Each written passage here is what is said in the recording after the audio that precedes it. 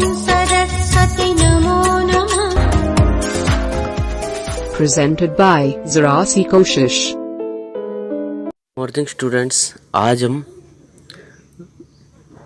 कक्षा 7वीं की हिंदी में संकलित पाठ चिड़िया की बच्ची से प्रश्न उत्तर पढ़ रहेंगे। पहला प्रश्न है, किन बातों से ज्ञात होता है कि माधवदास का जीवन संपन्नता से भरा था और किन बातों से ज्ञात होता है कि वह सुखी नहीं था।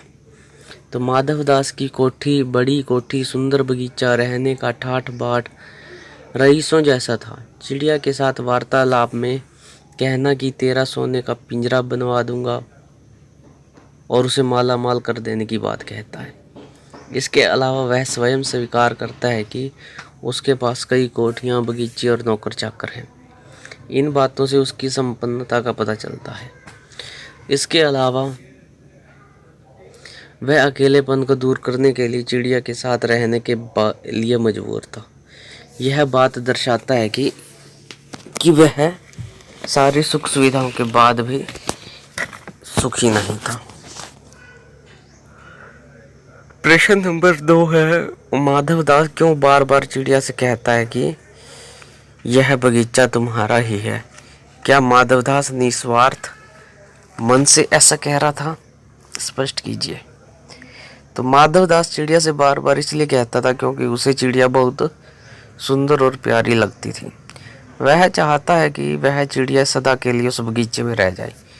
यही कारण है कि वह बार बार यही बात दोहराता है कि बगीचा तुम्हारा है। माधवदास ऐसा इसलिए कहता है कि वह निस्वार्थ मन से नहीं कहता है। वह चिड़िया को महल में पिंजरे में बंद करके रखना चाहता है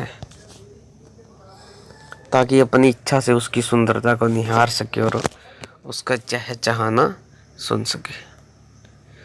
प्रश्न नंबर 3, माधवदास के बार बार समझाने पर भी चिड़िया सोने के पिंजरे और सुख सुविधाओं को कोई महत्व नहीं दे रही थी। दूसरी तरफ माधवदास की नज़र में चिड़िया की जिद का कोई तुक न था। माधवदास और चिड़िया के मनोभावों में क्या क्या अंतर थे, शब्दों में लिखिए। माधवदास बार बार चिड़िया को सोने के पिंजरे में सुख सुविधाओं का लालच देकर, लेकिन चिड़िया इन बातों को कोई महत्व नहीं देती। उसे तो स्वच्छंदता ही पसंद है। उसे माधवदास के सुंदर बगीचे में रहना भी पसंद नहीं है। वह अपने परिवार से भी अलग नहीं होना चाहती। शाम होते ही उसे माँ के पास जाने की जल्दी होती है। वह तो केवल घूमना ही चाहती थी।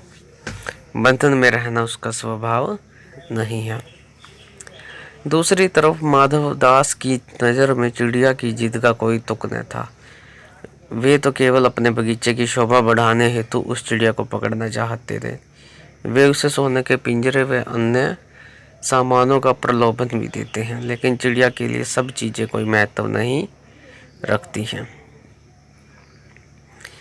चौथा प्रश्न है, कहानी के अंत में नन्ही चिड़िया का सेठ के नौकर के पंजे से भाग निकलने की बात पढ़कर तुम्हें कैसा लगा?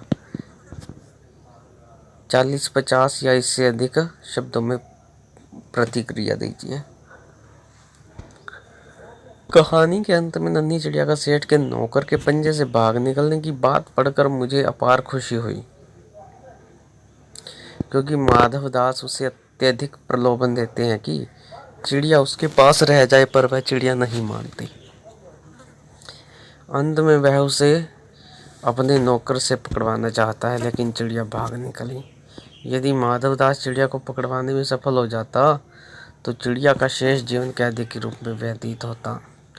उसकी आज़ादी समाप्त हो जाती, उसका परिवार उससे बिछड़ जाता, उसकी स्वच्छंदता हंसी खुशी समाप्त हो जाती।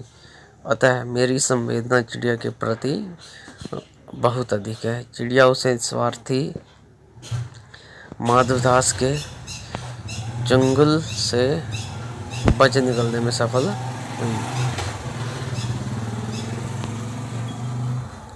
प्रश्न नंबर 5,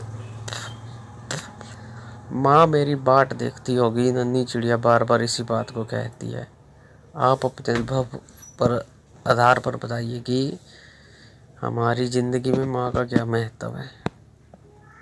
हमारी जिंदगी में माँ का महत्वपूर्ण स्थान है।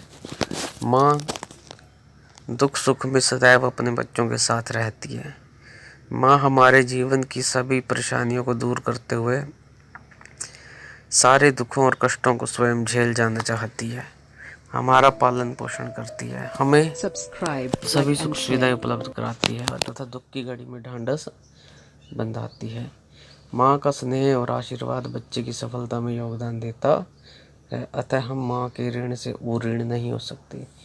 यही कारण है कि जब चिड़िया को माधवदास के घर देर होने लगती है तो रह रह कर वह यही कहती है कि माँ इंतजार करती होगी। प्रश्न नंबर 6 है, इस कहानी का कोई और शीर्षक देना हो तो आप क्या देना चाहेंगे और क्यों? इस कहानी हेतु नन्ही चिड़िया शीर्षक पूर्णतः उपयुक्त होगा, क्योंकि वह छोटी चिड़िया है, स्वभाव अनुसार थोड़ा घूमना बहुत ही जानती है। जब माधवदास का नौकर उसे पकड़ना लगता है तो वह बहुत डर गई। वह इतनी तेजी से उड़ती है कि सीधा माँ की गोद में आकर रुकी और सारी रात उससे चिपकर सोती ही रही। वास्तव में वह छोटे बच्चे की भांति ही डर जाती है और माँ की गोद में ही अपने आप को सुरक्षित महसूस करता है। वैसा ही नन्ही चिड़िया ने किया। इन प्रश्नों को आपने अपनी नोटबुक में लिखना है। Powered by PK Star 007. Powered by PK Star 007.